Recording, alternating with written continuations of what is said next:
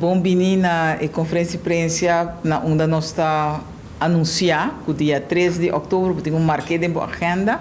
Passou essa aí também de 3 edição de Expo, de Golden Age Expo, e na onda que adulto maior não por bisa passa dia agradável, desfrutar de não somente produto e serviço não que tem disponível na rua, e pero também para a saúde que está disponível no mercado para não, e nós vai ter diferente demonstração não de também vai ter baile, música, e na final do evento tem tremendo bingo que nós invitamos um tour para vir passar gente dia.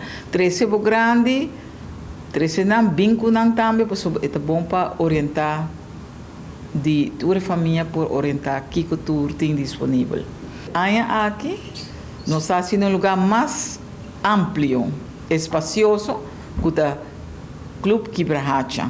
Club Kibrahacha é mais acessível tanto para o adulto maior como na família.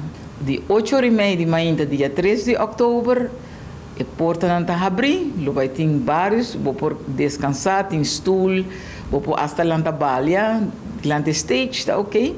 10 florins para entrada. Então diz suma simbólico, pero para tu tem acesso para tu gente por bem.